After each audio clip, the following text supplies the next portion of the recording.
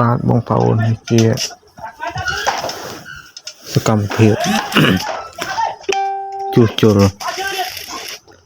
ផ្ទះគេម្ចាស់ផ្ទះគេឲ្យ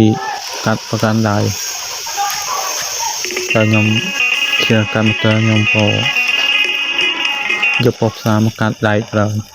ព្រោះកម្មករវាបថយនឹងគ្រោះថ្នាក់វាបែកផ្លែបែកអីចឹងណាពេលអញ្ចឹងខ្ញុំក៏យកបបផ្សារមកកាត់ប្រើវាសុខភាពជាងមកទៅលោកនេះរឿងជាសកម្មភាពខ្ញុំកាត់ដែក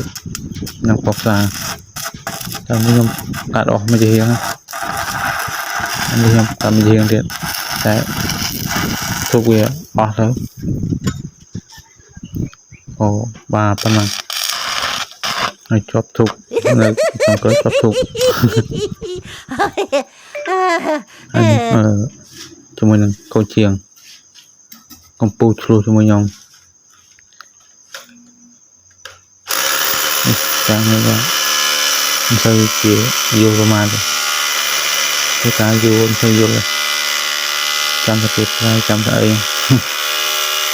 បាទកូនជាងមួយ